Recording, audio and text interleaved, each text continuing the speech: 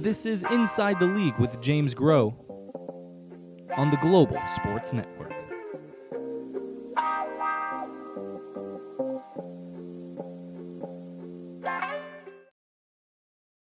First things first, though, on today's agenda, Von Miller. He got his big contract finally after a long holdout with the Denver Broncos, and one that everybody thought would get signed right away.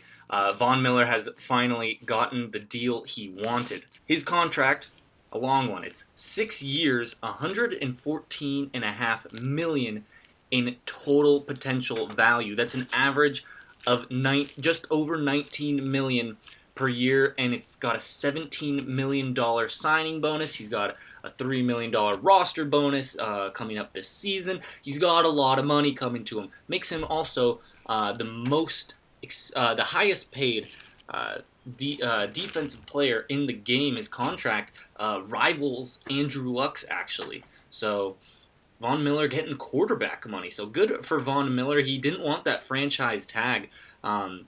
He was really going to hold out for a while, and he said that he wasn't even going to play if he was on the franchise tag. He held out till the last day that he possibly could, and he got the deal that he wanted him. So when we get into the Pacers, they ask, well, let's talk about the Pacers. You know,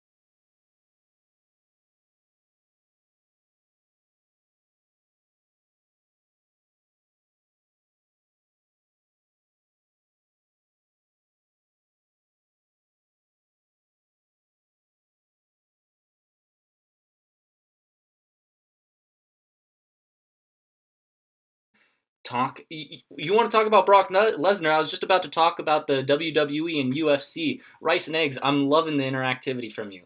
Brock Lesnar was just found out that he tested positive for a PED of some sorts. This comes just a couple of days after he won his big bout, his big return fight in UFC 200, and everybody was, that was kind of a big spectacle after John Jones wasn't able to fight.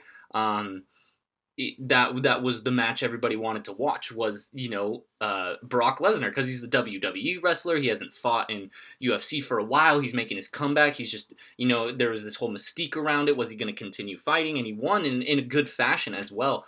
But it's awful that they caught him afterwards, because now it taints his victory. It taints his victory just like it taints all the Russians' gold medals back in 2012 in London.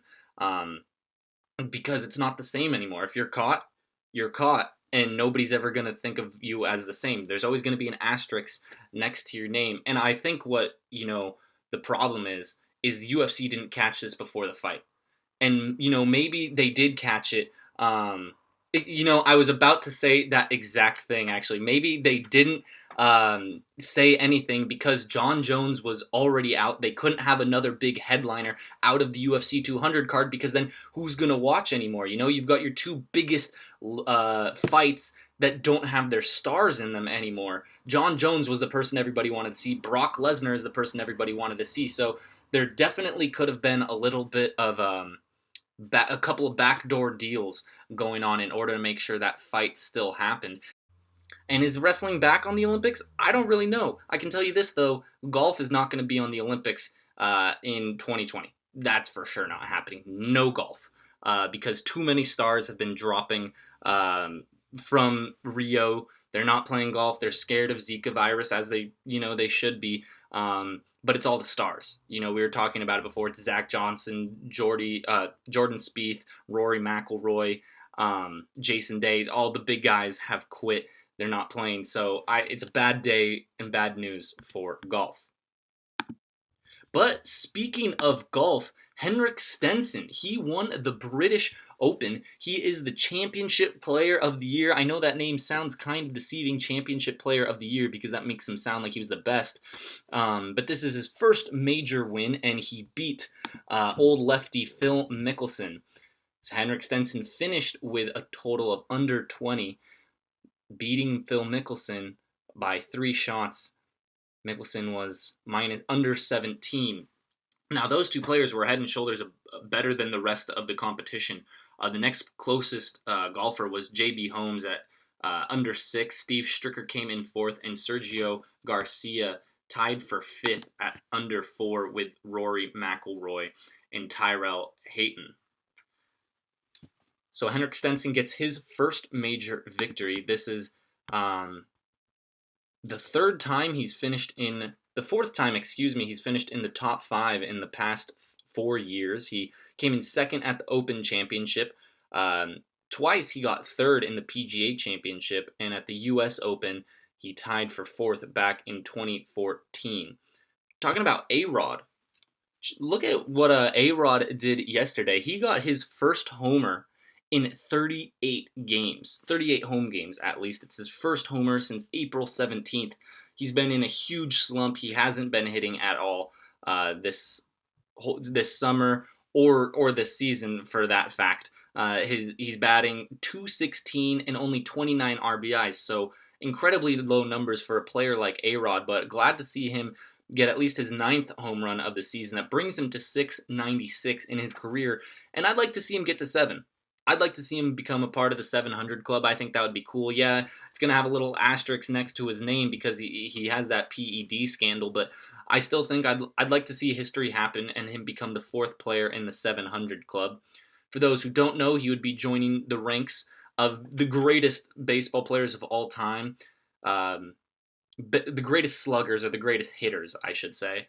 That's led by Barry Bonds, then Hank Aaron, and Babe Ruth. So A-Rod has the chance this season to join the likes of them. And I hope he gets it this season, because really I don't know if he's got another season in him. He's DHing. He's really not even starting as the DH. He's not the designated hitter. He's, their second, third option. So I think it's kind of do or die right now for A-Rod.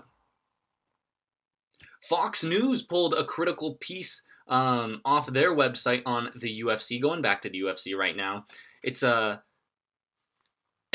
columnist for the UFC, a columnist for Fox News wrote a critical piece slamming the UFC for not dealing with this Brock Lesnar situation earlier.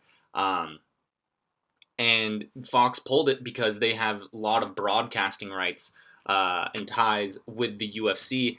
And the reason, as tweeted by the columnist who wrote the article, was it was too offensive.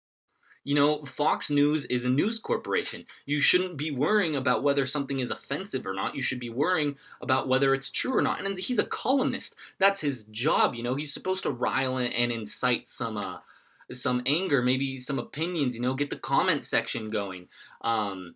That's what needs to happen. And for Fox News to pull that, as myself as a journalist, and I think as a human being, that's completely wrong for them to do, because they're kind of playing into the money game rather than playing into what people want, and that's opinions and people to be critical of organizations like the UFC, because if everybody posts an article critical of the UFC and then it gets taken down, then the UFC is untouchable. And this is Inside the League with James Groh on the Global Sports Network.